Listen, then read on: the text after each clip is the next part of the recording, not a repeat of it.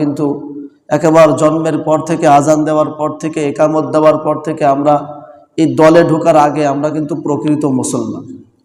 যখনই কোনো দলে ঢুকলাম, দলের তাদের কিছু নিয়ম নীতি অবশ্যই প্রত্যেকটা দলের থাকে। তো একজন দলের কর্মী হতে গেলে সেই সমস্ত নিয়ম নীতি মানতে হয়। কিন্তু কখনো একজন মুসলমানের জন্য এটা করা ঠিক নয় যে সে তার দলকে, তার নেতা নেত্রীকে সে আল্লাহর উপরে প্রাধান্য দেবে। আমি গত সপ্তাহে আবুল সরকার,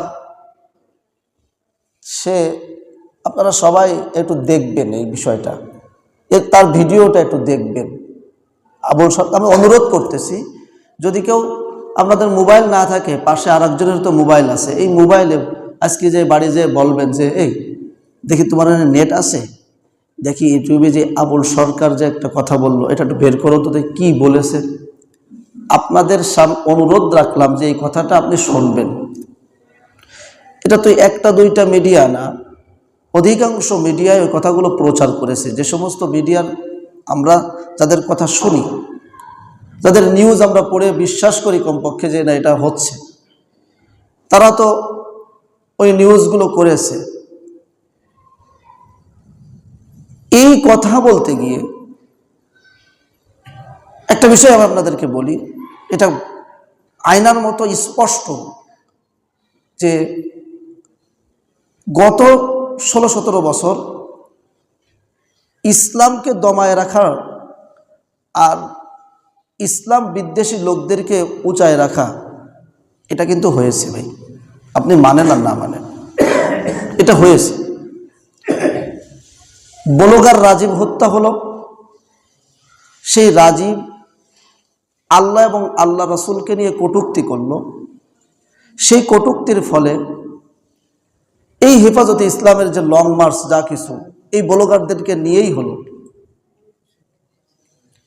হওয়ার পর যে কোনো কারণে তাকে হত্যা করা হলো। হত্যার পক্ষে আমি না, তবে একটা বিষয় বুঝতে হবে, এই রাজীব হত্যার পরে পার্লামেন্টের ভিতরে নীরবতা পালন করা হলো তার হত্যার পক্ষে। মানে তাকে যে হত্যা করা হয়েছে এর ব্যাপারে নীরবতা পালন করা হলো যে আল্লাহ এবং আল্লাহ রসুলকে গালি দিয়েছে তার পক্ষ নিয়ে। একজনেরও ঈমান নেই। আমরা দেখলাম বাইতুল মুকাররমের খতিব, কেন্দ্রীয় মসজিদ, পুরা বিশ্ব আমাদের দেশের জাতীয় মসজিদ, সেই মসজিদের খতিব দীর্ঘদিন যাবৎ ছিল একজন আটরশির মুরিদ। নাম জানেন কিনা জানি না। এরকম নানান কর্মকাণ্ড আমরা আমাদের বয়স হওয়ার পর থেকে, বোঝার পর থেকে দেখতেছি। যে সমস্ত মিডিয়াগুলো ইসলামের কথা বলতো সব মিডিয়া বন্ধ। তো যাই হোক, আমি এই কথা বাড়াচ্ছি না। আমার নিয়ে অনেকে আলোচনা সমালোচনা করতেছে। এটা কিন্তু কেউ বলে নাই যে হুজুর আবুল সরকারের নিয়ে কথা বলে এটা বলা দরকার, আল্লাহকে নিয়ে কটূক্তি করেছে এটা বলা দরকার, এটা কিন্তু কেউ বলে না। হুজুর কেন আমাদের কথা বলল, এটা কিন্তু আমারে নিয়ে বিশাল সমালোচনা চলতেছে। হ্যাঁ, তাই আমি বললাম, আমি মানে মনের কষ্ট আমার ভিতরে যে আল্লাহকে নিয়ে কটূক্তি করলো, সে ব্যাপারে তার কিন্তু কোনো বাণী নেই। মানে এখানে ইমানের যে ত্রুটি, এটা আমি আপনাদের সামনে প্রকাশ করতেছি যে ইমানের ত্রুটি কতটুক। যে আল্লাহকে নিয়ে কটূক্তি করলো, সেখানে তার কোনো বাণী নেই। তার বাণী হলো যে আমি যে আল্লাহকে নিয়ে কটূক্তি করেছি তার ব্যাপারে বলেছি, এই জন্য আমার নিয়ে সমালোচনা করতেছি। আল্লাহ তুমি সবাইকে হেদায়েত দান করো। আমি তো আপনাদেরকে একেবারে শুরুর দিনেই বলেছিলাম যে আমি আমার কোরআন এবং হাদিসের বাইরে, আমি যখন ঢাকায় একটা মসজিদে ছিলাম, ওই মসজিদের প্রধান যে মেঘনা গ্রুপের মসজিদ, মেঘনা গ্রুপে সবাই জানেন তো, ওইখানে একটা বিশাল কমপ্লেক্স মেঘনা গুলশান, তার প্রধান ছিলাম আমি। তো ওই কমপ্লেক্স দেখার দায়িত্ব ওই গ্রুপ থেকে যাকে দেওয়া হয়েছিল, ওই গ্রুপের প্রধানের মামা, উনি ওই এলাকার সবচেয়ে বড় আওয়ামী লীগের নেতা। তো আমাকে কয়েকদিন জুমা যাওয়ার পরে আমাকে বললেন, হুজুর, এমনিতেই বলতেছেন, এমনি কোনো বক্তব্যের কারণে এমনি বলতেছে যে হুজুর আমার নেত্রীর বিরুদ্ধে আপনি কোনো কথা বলবেন না। তখন তো 2018 সাল 17 সাল। আমি বললাম, আপনার নেত্রী যদি কোরআন এবং হাদিসের বাইরে যায় তাহলে কি বলবো না?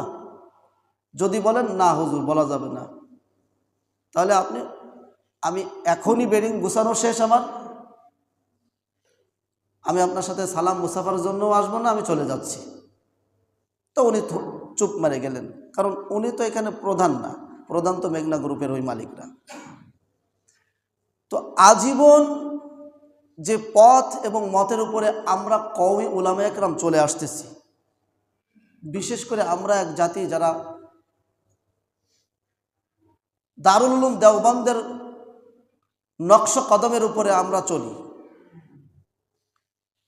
হক কথা বলে যাওয়া সমাজের ভিতরে, এটা আমাদের দায়িত্ব কিনা ভাই বলেন তো? দায়িত্ব, এটা আমরা বুঝাই দেওয়া দায়িত্ব। আমরা কখনো চাই না সমাজের ভিতরে বিশৃঙ্খলা সৃষ্টি হোক, সমাজের ভিতরে মারামারি কাটাকাটি ফাসাদ ফিতনা ফাসাদ সৃষ্টি হোক, কিন্তু সত্য কথাগুলো যেটা কোরআন হাদিসের বাইরে যাচ্ছে সে কথাগুলো তো মানুষের সামনে বোঝাতে হবে আমাদের। সেই বোঝাতে গিয়ে অনেক সময় কথা এদিক ওদিক এসে যায়। যেমন কোরআনের ভিতরে কি ফেরাউনের কথা বলা আছে ভাই? কেন আল্লাহ বললেন? ফেরাউন তো মারা গেছে বহুত আগে, মুসা আলাইহিস সালামের প্রায় 1000-2000 বছর আগে মারা গেছে। তা ফেরাউনের কথা রাসূলরে জানাচ্ছেন কেন? এটা বিষয় বুঝতে হবে। তাহলে তো আল্লাহর এ করা উচিত ছিল না, নাউজুবিল্লাহ, যে ফেরাউনের কথা আপনি এমন বলবেন কেন? নমরুদকে কথা, নমরুদের স্পষ্ট নাম না থাকলেও ইব্রাহিম আলাইহিস সালামের সাথে যে নমরুদের বা তার বাদশার একটা আলোচনা ছিল, এরকম বিভিন্ন আলোচনা তো কোরআনের ভিতরে আছে। তো আল্লাহ সেই বাদশার কথা, অর্থাৎ যার নাম নমরুদ, ইতিহাসে পাওয়া গেছে, সেই বাদশার কথা আল্লাহ তাআলা বলেছেন, কেন বললেন? তাহলে তো আল্লাহর দরকার ছিল যে পৃথিবী ওই বাদশার কথা না বলা। কেন বলেছেন? যাতে ইবরত অর্থাৎ উপদেশ মানুষ গ্রহণ করতে পারে, তার থেকে শিক্ষা নিতে পারে। এই জন্য বারবার পিছনের অনেক ইতিহাস আল্লাহ তাআলা তুলে ধরেছেন। যেমনভাবে কাফেরদের ইতিহাসও তুলে ধরেছেন, আল্লাহ শত্রুদের ইতিহাসও তুলে ধরেছেন, তেমনভাবে ভালো লোকদের ইতিহাসও আল্লাহ তাআলা তুলে ধরেছেন, নবীদের ইতিহাসও তুলে ধরেছেন পূর্ববর্তী। মানুষ যে ইতিহাস থেকে শিক্ষা না নেয় সে সামনে পদস্খলন তার হবেই। মানুষ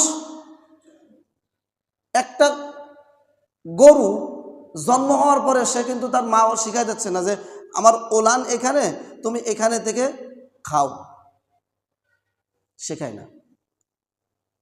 সে জন্ম হওয়ার পরে একটু 10-15 মিনিট আধা ঘন্টা তার দিলে সে দেখবেন একটু উঠতে শিখেছে, আস্তে আস্তে ওই ভিতরে যে যেখানে ওলান সেখানে যে সে মুখ দিচ্ছে। পৃথিবীর মানুষ বাদে সব প্রাণী এরকমই, তার মা তারা শেখায় না, সে নিজেই শিখে যায় অনেক ক্ষেত্রে। মানুষ এমন একটা প্রাণী, জন্মের পর থেকে নিয়ে সব কিছুই সে শিখে, দেখে দেখে শেখে সব কিছুই। এই জন্য মানুষ খালেক না, মানুষ স্রষ্টা না, সৃষ্টি স্রষ্টা। খালেক ফাতির কাকে বলা হয়? নিদর্শন ছাড়া যে সৃষ্টি করতে পারে, না দেখে যে সৃষ্টি করতে পারে। পৃথিবীর কোনো মানুষ পৃথিবীতে এমন নাই যে না দেখে কোনো কিছু সৃষ্টি করেছে। কোনো কিছু দেখে গবেষণা করে আর একটা জিনিস সৃষ্টি করে, এটা হলো মানুষের কাজ। মানুষ কিছু করতে পারে না। এটা যেহেতু মানুষ তার মার কাছ থেকে শেখে। একটা মানুষকে আপনি জঙ্গলে নিয়ে ফেলে রেখে আসলে, তাকে যদি জন্মের পরে হাতির সাথে রাখেন, তার আচার ব্যবহার ওই হাতির মতো হয়ে যাবে।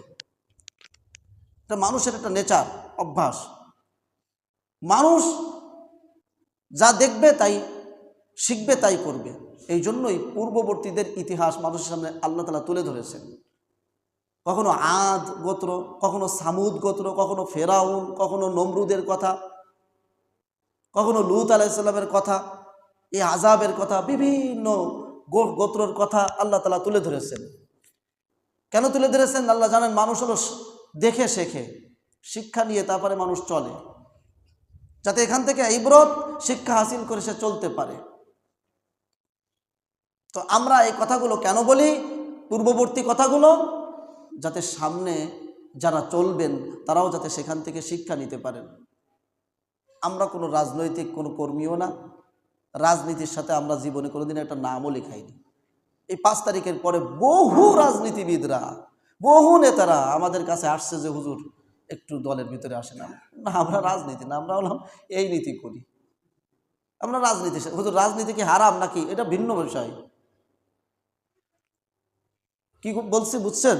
আজকে যদি হুজুর, আমি তো এখনো বলেছি, যদি কোনো হুজুর, আমার যদি কোনো উস্তাদও, এমনকি আমার আব্বাও যদি ইসলামের বিপক্ষে অবস্থান করে, আমি আমার আব্বার বিপক্ষে যাব ইনশাআল্লাহ।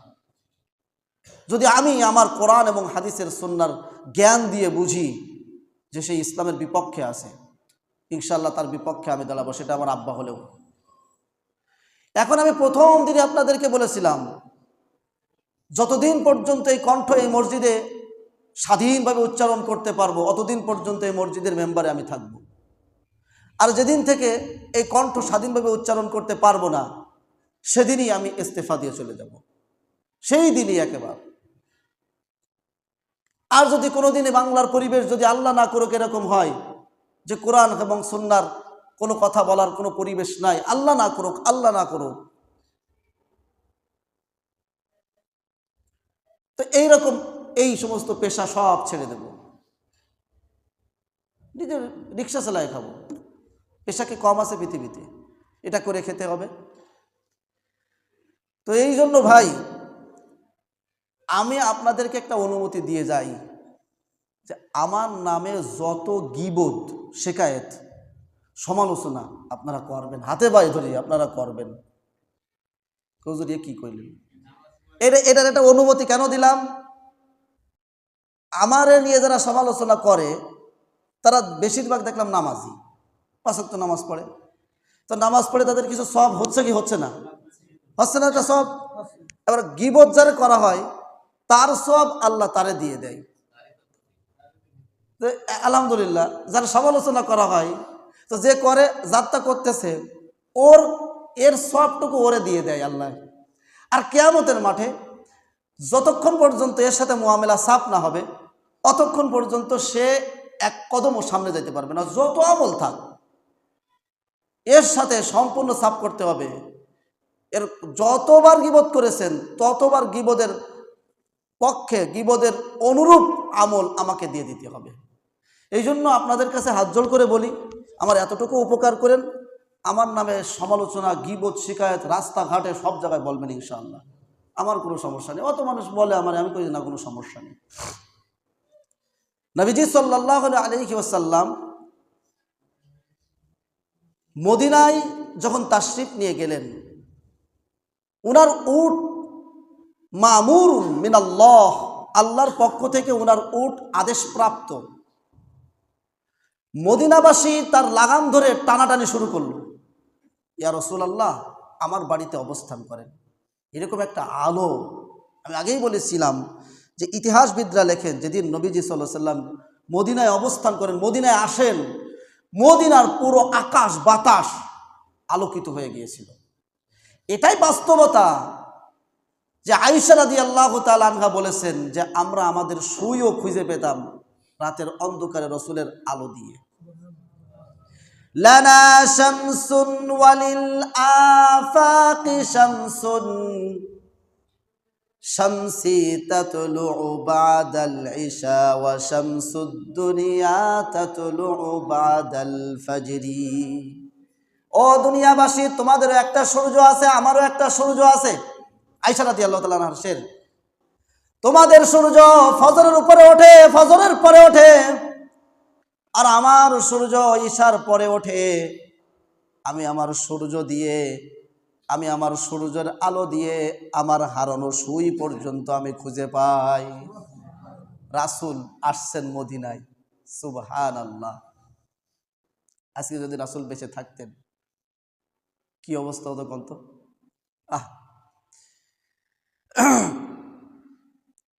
নবীজি বললেন কেউ উটের লাগাম ধরবে না। উট হলো আল্লাহর পক্ষ থেকে আদেশ প্রাপ্ত, যেখানে যে থামবে আমি সেখানে অবস্থান করব। প্রথম একটা খোলা জায়গা মদিনাবাসী সেখানে খেজুর শুকাতো, খেজুর গাছ আর খোলা জায়গা। উটটা সর্বপ্রথম সেখানে যেয়ে বসল। এরপরে উটটা আবু আয়ুব আনসারী রাদিয়াল্লাহু তাআলা আনহুর বাড়ি যেয়ে বসল। নবীজি সাল্লাল্লাহু আলাইহি ওয়াসাল্লাম কিছুদিন আবু আয়ুব আনসারী, তার ঘটনা আমি আপনাদেরকে বলেছি, আবু আয়ুব আনসারীর বাড়িতে অবস্থান করলেন। এবার নবীজি সর্বপ্রথম উট যেখানে বসলো সেই জমিটা নিয়ে আলোচনা করলেন। এই জমিটা কার? আনসার সাহাবীরা বলল দুইজন এতিম, দুই বালকের জমি, একজনের নাম সাহাল আর একজনের নাম সুহাইল।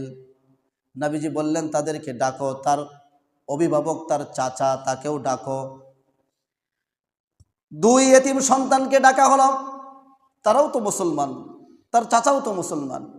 নবীজি আমাদের কাছে জমি, এই জমিটা নবীজি পছন্দ করেছেন থাকার জন্য, এর থেকে আর বেশি আনন্দের কি আছে? ইয়া রাসূলুল্লাহ, এই জমি আপনাকে দিয়ে দিলাম। রাসূল বললেন না। আবু বকরকে আদেশ দিলেন, আবু বকর জমির দাম কত? 10 দিনার। আবু বকর দিনার 10টা দিয়ে দাও, জমিটা ক্রয় করে নাও। জমি ক্রয় হয়ে গেল। নবীজি সাল্লাল্লাহু আলাইহি সাল্লাম সকলকে নিয়ে একসাথে মসজিদে নববী তৈরি শুরু করলেন। মসজিদে নববী কাঁচা ইট দ্বারা কাঁচা ইট বানানো শুরু হলো। সাহাবা একরাম সকলে শরীক হলেন এখানে। নবীজি নিজে কাঁচা ইট বানাইছেন, কাঁচা ইট বানায় নিজে বয়ে বয়ে নিয়ে একের পর এক, একটার পর একটা ইটের গাঁথনি দিচ্ছেন। এর নাম হলো মসজিদে নববী।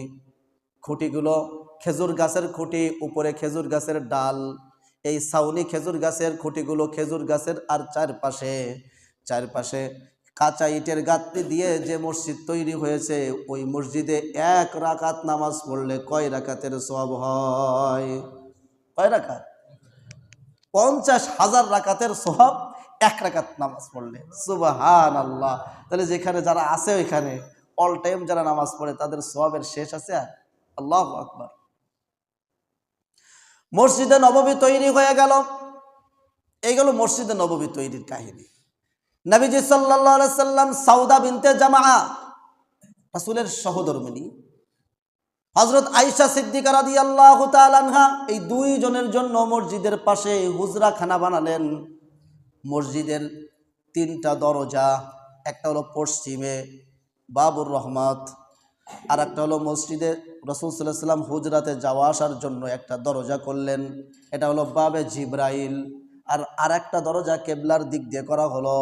এই 3টা দরজা মদিনায় এই মসজিদে নববীর তৈরির সময় ছিল, 3টা দরজা করা হলো।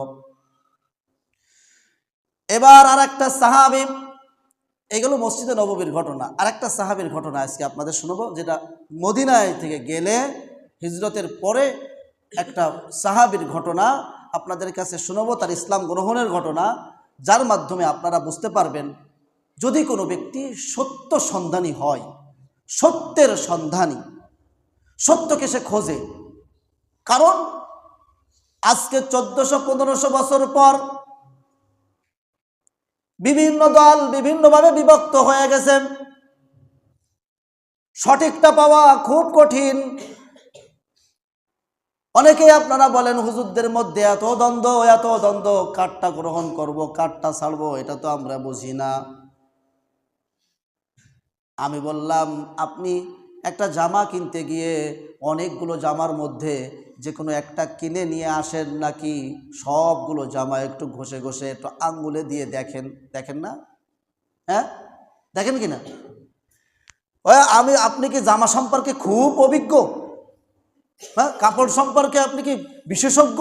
না, তারপরও আপনি দেখেন, দেখে শুনে বাছাই যাচাই করে আপনার জ্ঞান যতটুকু অতটুকু দিয়ে আপনি যাচাই বাছাই করার চেষ্টা করেন কিনা?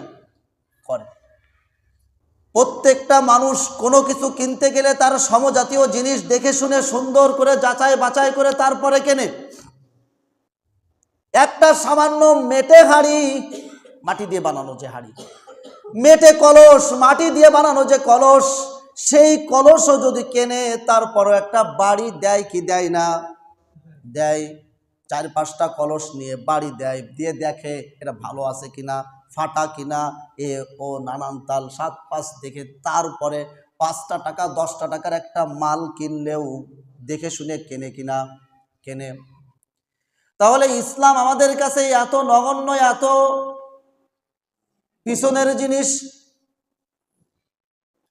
এত পিছনের জিনিস যে তার নিয়ে আমাদের কোনো টেনশন নাই, সেটা ভাবারও কোনো টেনশন নাই। সেটা নিয়ে যে ভাববো যে আসলে কারা সঠিক আছে কারা বেঠিক, সত্যের পথে আছে কারা, কারা বিপক্ষে আছে, এটা নিয়ে ভাবারও সময় আমাদের নাই।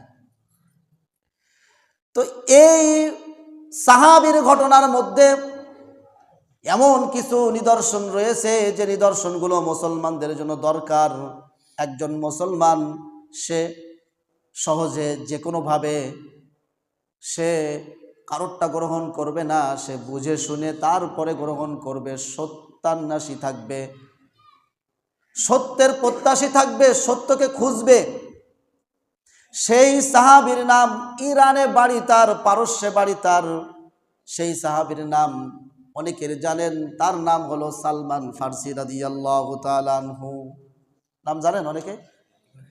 সালমান ফার্সি রাদিয়াল্লাহু তাআলা আনহুর বাড়ি হলো ইরাকে। কোথায়? ইরাকে, রামে হরমুজ জেলার জিয়া নামক গ্রামে সালমান ফার্সি রাদিয়াল্লাহু তাআলা। উনি চৌধুরী বংশের ছেলে, নেতার ছেলে। উনি নিজে ঘটনা বর্ণনা করেছেন কয়েকবার। একবার রাসূলের সামনে বর্ণনা করেছেন, আর একবার আব্দুল্লাহ ইবনে আব্বাসের সামনে। এই ঘটনা আব্দুল্লাহ ইবনে আব্বাস বর্ণনা করতেছেন। সালমান ফার্সি বলেন, আমি ছোট্ট অবস্থায় সত্যান্বেষী ছিলাম, সত্যকে খুঁজতাম। আমি ছিলাম অগ্নি পূজারক, আমি আগুনের পূজা করতাম, আমার পরিবারও আগুনের পূজা করত। আমাদের একটা উপাসনালয় ছিল। আমি যখন একটু বড় হই, সেই উপাসনালয়ে আমাকে নিয়োগ করা হলো যাতে আগুনটা নিভে না যায়, অল টাইম যাতে আগুন জ্বলে থাকে, সেই কাজে আমাকে নিয়োগ দেওয়া হলো।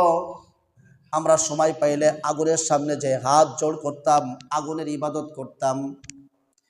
একদিন আমাকে আমার আব্বার যে ক্ষেত ছিল, যে জমি ছিল, আব্বার ব্যস্ততার কারণে আমাকে এই ছোট্ট অবস্থায় ওই জমি দেখতে পাঠানো হলো।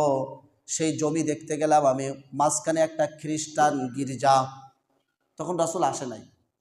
এই সালমান ফার্সি রাদিয়াল্লাহু তাআলা আনহু 300 অথবা 350 বছর বেঁচে ছিলেন। সব থেকে বেশি হায়াত পাওয়া সাহাবী সালমান ফার্সি রাদিয়াল্লাহু তাআলা। 300 বছর অথবা 350 বছর জীবিত সালমান ফার্সি রাদিয়াল্লাহু তাআলা।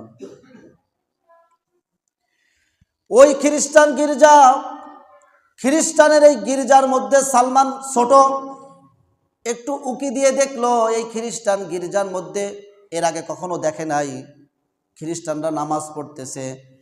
এটা দেখে ওনার ভালো লেগেছে। বাড়িতে চলে আসলেন, এসে আব্বারে বললেন, আব্বা আমাদের ধর্ম থেকে ওই গির্জার ধর্ম অনেক ভালো মনে হয় আমার কাছে। ওর আব্বা বুঝলো যে না, সন্তান বেপথে চলে যাচ্ছে। অনেক তর্ক বিতর্কর পরে ওর আব্বা দেখলো, যদি আমি সন্তানকে আবার ছেড়ে দেই, সন্তানের ভিতরে সত্যের এই যে জ্ঞানটা এসেছে, সে জীবনও আমার কাছে থাকবে না। শিকল লাগায় দিয়ে বন্দি করে রাখলো। যুগে যুগে যুগে যুগে যারা সত্য কথা বলেছে, যুগে যুগে যারা সত্য খুঁজেছে, সত্যর পক্ষে যারা থেকেছে, তাদের কি এইরকম বন্দী হওয়া লেগেছে কিনা? লাগছে না? লেগেছে। মুসা আলাইহিস সালামকেও ফিরাউন বলেছিল, লাইন ইত্তাখাযতা ইলাহান গায়রি লাআজআলান্নাকা মিনাল মাসজুনিন। যদি আমাকে ছাড়া অন্য কাউকে মাবুদ বলে তুমি স্বীকার করো মুসা, তোমাকে আমি বন্দী করে রাখবো। যুগে যুগে এই বন্দির প্রথা, সত্যের মানুষকে বন্দির প্রথা যুগে যুগে চলে আসতেছে। এই জন্য ভয়ের কোনো কারণ নাই। হযরত সালমান ফারসি রাদিয়াল্লাহু তাআলা আনহু গোপনে ওই পাদ্রীদের সাথে আলোচনা করতে লাগলেন যে তোমাদের মেন গুরু, তোমাদের এটার মূল সেই জায়গা কোথায়, এই খ্রিস্ট ধর্মের মূল? পাদ্রীরা, ওই এলাকার পাদ্রীরা বলল সিরিয়ায়। আমি সিরিয়ায় যাব, সিরিয়ায় কোনো কাফেলা যদি যায় আমাকে একটু সংবাদ দিয়েন। ওনার পায়ে কিন্তু শিকলি। সিরিয়ার কাফেলা, একটা কাফেলা যাবে, পাদ্রীরা গোপনে তাকে সংবাদ দিয়েছে অমুক দিন এই পাদ্রী, অমুক দিন এই কাফেলা সিরিয়ায় চলে যাবে। উনি এই শিকলি ভেঙে, শিকলি নিয়েই ওই কাফেলার সাথে সিরিয়ায় চলে গেল। খুব খেয়াল করেন, আব্বা ছেড়েছে সত্যের কারণে, মা ছাড়ল সত্যের কারণে, সত্যকে গ্রহণ করার জন্য পরিবার ছেড়ে দিল, এলাকা ছেড়ে দিল। ছোট্ট সালমান এই সিরিয়ায় কাফেলার সাথে চলে গেল। সিরিয়ায় যে লোকজনদেরকে জিজ্ঞাসা করলো এখানে সবচেয়ে বড় খ্রিস্টান পাদ্রীকে, লোকেরা একজন হুজুরকে দেখায় দিল, একজন পাদ্রীকে দেখায় দিল। সেই পাদ্রীর কাছে ঘটনা সব বলে বলল, আপনার কাছে আমি থাকতে চাই, শিক্ষা গ্রহণ করতে চাই, খ্রিস্টান হতে চাই। সেই পাদ্রী কাছে রাখলো, কিন্তু ওই পাদ্রীকে তার ভালো মনে হয় নাই। দেখলো যে সারা দিন যে সমস্ত হাদিয়া তোহফা গরিব মিসকিনদের জন্য পাদ্রীর কাছে মানুষরা দেয়, ওইটা নিজে রেখে দেয়। নিজের 7 মটকা স্বর্ণ মুদ্রা তৈরি করেছে। হঠাৎ একদিন এই পাদ্রী মারা গেল। লোকরা পাদ্রীর জানাজার জন্য যখন একত্রিত হলো, সালমান একটা ভাষণ দিল, এই পাদ্রী এটা কোনো হক পাদ্রী না, এটা এই দেখো তোমাদের স্বর্ণ মুদ্রাগুলো 7 মটকা এখানে আছে, কারোরে দেয় নাই, নিজে কুক্ষিগত করেছে, এর থেকে খরচ করে খেয়েছে। এবার লোকেরা সেই পাদ্রীকে আর জানাজা দাফন কাফন দেয় নাই, আরেকজন পাদ্রী নিযুক্ত করেছে। সালমান ফারসি বলেন তার কাছে আমি অনেক দিন ছিলাম, অনেক ভালো মানুষ ছিল। এবার এই পাদ্রী এক সময় ইন্তেকাল হয়ে গেল। ইন্তেকালের আগে আমি পাদ্রীকে বললাম যে আপনার পরে আবার কার কাছে যাব? এবার পাদ্রী বলল আমার পরে এই সিরিয়ায় আর থাকার দরকার নাই, এখানে আর কোনো বড় আলেম নাই, এখন ইরাকের মুসেল শহরে একজন বড় পাদ্রী আছে, সেখানে চলে যাও। এই সিরিয়া থেকে সফর করে এবার এই সালমান ইরাকের মুসেল শহরে চলে গেল ওই পাদ্রীর কাছে। দীর্ঘদিন এইবার ওই পাদ্রীর কাছে থাকলো। থাকার পরে এবার ওই মুসেল শহরের পাদ্রীও ইন্তেকাল হয়ে গেল। ইন্তেকালের আগে এবার মুসেল শহরের পাদ্রীদের জিজ্ঞাসা করলো যে আপনার পরে আর কার কাছে যাব? উনি বললেন নসিবাইন নামক একটা স্থান আছে, সেই স্থানের পাদ্রী আমার পরে উনি সবচেয়ে বড় আলেম হবে, ওই পাদ্রীর কাছে তুমি থাকবা। ওই জায়গা থেকে আবার সফর করে সেই নসিবাইনে চলে গেল, সেখানে পাদ্রীর কাছে থাকতে লাগলো। ওই পাদ্রীও ইন্তেকাল। সালমান ফারসি সত্যের সন্ধানে, সত্যকে টিকিয়ে রাখার জন্য, সত্যের পথে থাকার জন্য একের পর এক স্থান পরিত্যাগ করতেছে, একের পর এক হিজরত করে যাচ্ছে। এরপরে শেষে উমরিয়া নামক একটা এলাকার কথা বলল এই নসিবাইনের পাদ্রী। এই পাদ্রী এবার উমরিয়ায় হিজরত করে প্রায় 5টা পাদ্রী পরিবর্তন করেছে। এক সালমান ফারসি 5টা পাদ্রী, বাপ ছাড়লো, মা ছাড়লো, পরিবার ছাড়লো, সন্তান বলতেছি সব পরিবার ছেড়ে, এলাকা ছেড়ে 5টা পাদ্রী পার হয়ে শেষের পাদ্রী বলল এরপরে আর কোনো খ্রিস্ট ধর্মের ভালো কোনো পাদ্রী আর দুনিয়াতে বেঁচে নাই। বিশ্ব নবী, শেষ নবী মুহাম্মাদুর রাসূলুল্লাহ খুব নিকটে। তুমি এক কাজ করো, তুমি এমন আরবে চলে যাও, আরবের খেজুর গাছ বেষ্টিত একটা এলাকা আছে, সেই এলাকায় শেষ জামানার নবী হিজরত করবে, সেই এলাকায় তুমি চলে যাও। এবার এই পাদ্রী মরার পর আরবের লোকদেরকে এই সালমান ফারসি খুঁজতে লাগলো। আরবের লোক পেয়ে গেল, সালমান ফারসির কাছে অনেকগুলো ছাগল পালতে লাগলো, সে অনেকগুলো ছাগলের মালিক ছিল। তো আরবের লোকদেরকে বলল যে আমার এই ছাগলগুলো নিয়ে নেন আর আমার আরবে পৌঁছে দেন। এর মাঝ দিয়ে ওনার প্রায় 50-60 বছর অতিক্রান্ত হয়ে গেছে। তো এইবার ওরা আরবে চলে আসলো। আসার পথে যে কাফেলার সাথে আসতেছে সেই কাফেলা ছাগল তো নিলই নিল, এই লোকটারে একাপে লোকটারে বন্দি করে গোলাম বানায় ফেললো, এনে মক্কায় বনু কালব গোত্রের কাছে বিক্রি করে দিল। এখন এই সালমান ফার্সি গোলাম। এই বনু কালবের এখানে মদিনার অর্থাৎ ইয়াসরিব, আগে নাম ছিল ইয়াসরিব, এই ইয়াসরিবের একটা গোত্রের নাম বনু কুরাইজা, ইহুদিদের গোত্র। এই বনু কুরাইজার একটা লোক ওই বনু কালবে বেড়াতে গেল, বেড়াতে যেয়ে দেখলো এরকম একটা গোলাম তার পছন্দ হলো, সে কিনে নিয়ে আসলো মদিনায়।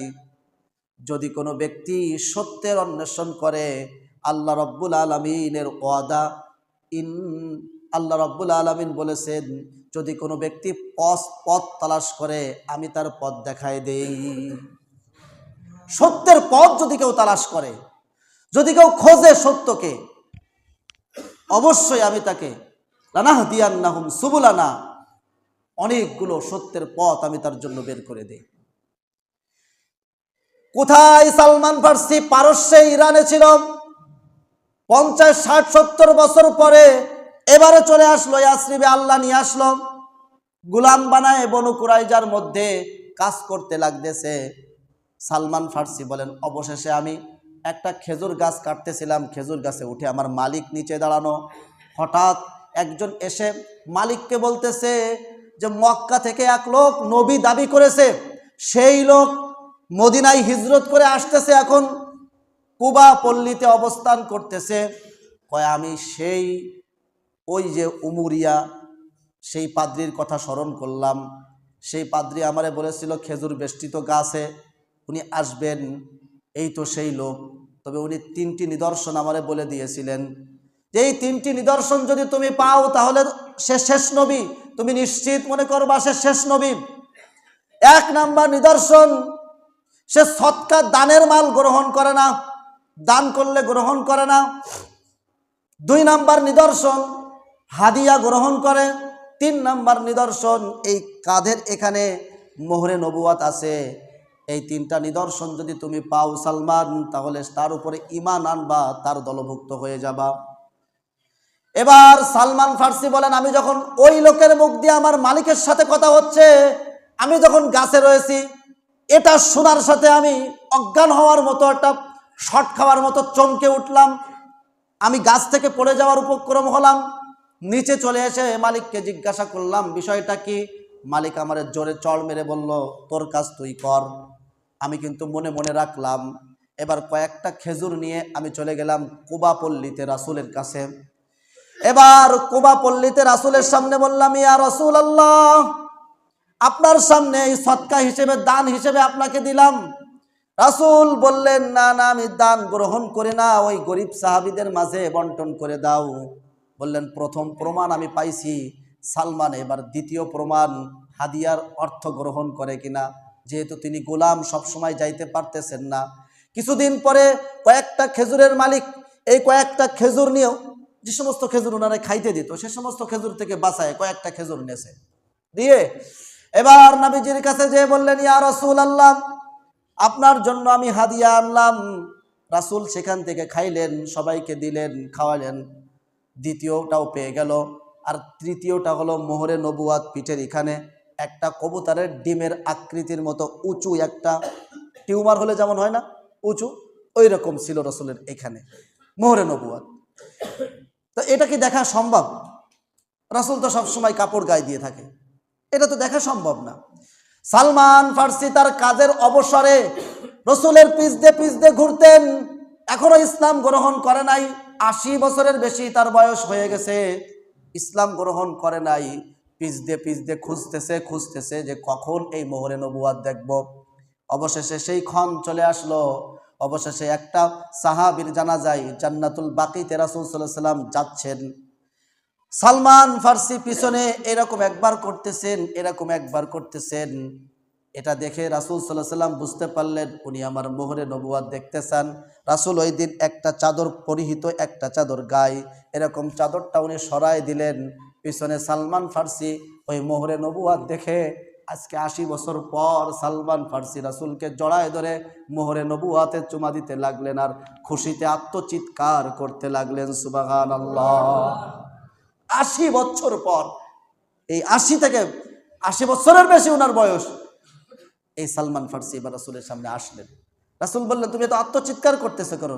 ইয়া রাসূলুল্লাহ, পুরা ছোট থেকে এই পর্যন্ত পুরা জীবনী রাসূলের কাছে শোনালেন। রাসূল বললেন, রাসূল খুশি হলেন, রাসূলের সামনে ইসলাম গ্রহণ করলো। এবার রাসূল বললেন, তুমি এক কাজ করো। কার গোলাম? কয় অমুকের গোলাম। কয় তুমি এক কাজ করো, তাকে বলো তোমাকে আজাদ করে দিতে, কত টাকা লাগবে, কি লাগবে বলো। সালমান ফার্সি চুক্তি করলো যে 300 খেজুর গাছ লাগাই দিতে হবে, যেদিন ওই খেজুর গাছে ফল হবে সেদিন তুমি আজাদ হবে। সম্ভব এটা? 300 খেজুর গাছ লাগাই দেওয়া, আবার যেদিন ফল হবে সেদিন আজাদ, এর আগে আজাদ না। রাসূল বললেন, তোমরা তোমাদের সালমানকে সহযোগিতা করো। সাহাবা একরাম কেউ 10টা খেজুরের গাছ, কেউ 20টা খেজুরের গাছ, এইরকম 300 খেজুরের গাছ হয়ে গেল। রাসূল নিজ হাতে সালমানকে বললেন, ওই বনু কুরাইজা তার মালিকের একটা জায়গা, ওই জায়গায় নিজ হাতে রাসূল প্রত্যেকটা খেজুরের গাছ লাগালেন, বরকতের দোয়া করলেন। আগামী বছর আসতে আসতে এই সারা গাছে, সবগুলো গাছে আল্লাহ রাব্বুল আলামিন খেজুর দান করলেন। একটা তো হইল, আরেকটা চুক্তি হলো, আরেকটা হলো 40 উকিয়া স্বর্ণ দিতে হবে। বিশাল ব্যাপার, 40 উকিয়া। এই ডিমের মতো, ডিম আকৃতির মতো একটা সোনার টুকরা রাসূলের কাছে যুদ্ধের গনিমত হিসেবে রাসূল প্রাপ্ত হলেন। সোনার একটা ডিমের আকৃতির মতো একটা টুকরা। সালমানকে ডাকলেন, বললেন, সালমান এই নাও টুকরাটা। ইয়া রাসূলুল্লাহ, এত সামান্য স্বর্ণ, 40 উকিয়ার স্বর্ণ মতো হবে? রাসূল বললেন, এটা যে ওজন দাও। ওজন দিল, 40 উকিয়াই হয়ে গেল। সুবহানাল্লাহ। অথচ 40 উকিয়ার মতো স্বর্ণ না। এই সালমান ফার্সি উনি আজাদ হয়ে গেলেন। খন্দকের, বদর আর উহুদ যাইতে পারে নাই, যেহেতু উনি গোলাম ছিলেন। খন্দকের যুদ্ধ থেকে প্রত্যেকটা যুদ্ধে উনি ছিলেন রাসূলের সাথে, সব সময় মৃত্যু পর্যন্ত ইসলামের উপরে ছিলেন। রাসূলের এক অনুগত সাহাবী হিসেবে ছিলেন। আমি যে কথা বোঝাতে চেয়েছি, মদিনায় হিজরতের পরে ঘটনা ঘটেছিল, এই জন্য আমি বললাম। তো এই সালমান ফার্সি সত্যের অন্বেষণে আল্লাহ রাব্বুল আলামিন তাকে কিন্তু সেই সত্য পাওয়াই দিয়েছে। এই জন্য আমাদের হাঁটা চলার মাঝে আমরা সত্যকে খুঁজব, ইনশাল্লাহ আল্লাহ তাআলা আমাদেরকে সত্য পাওয়াই দিবেন। রাসূল সাল্লাল্লাহু আলাইহি ওয়াসাল্লাম মদিনায় হিজরত করলেন, বাকি ঘটনা ইনশাল্লাহ আগামীতে বলবো। ওয়া আখিরু দাওয়ানা আলহামদুলিল্লাহি রাব্বিল আলামিন। আসসালামু আলাইকুম।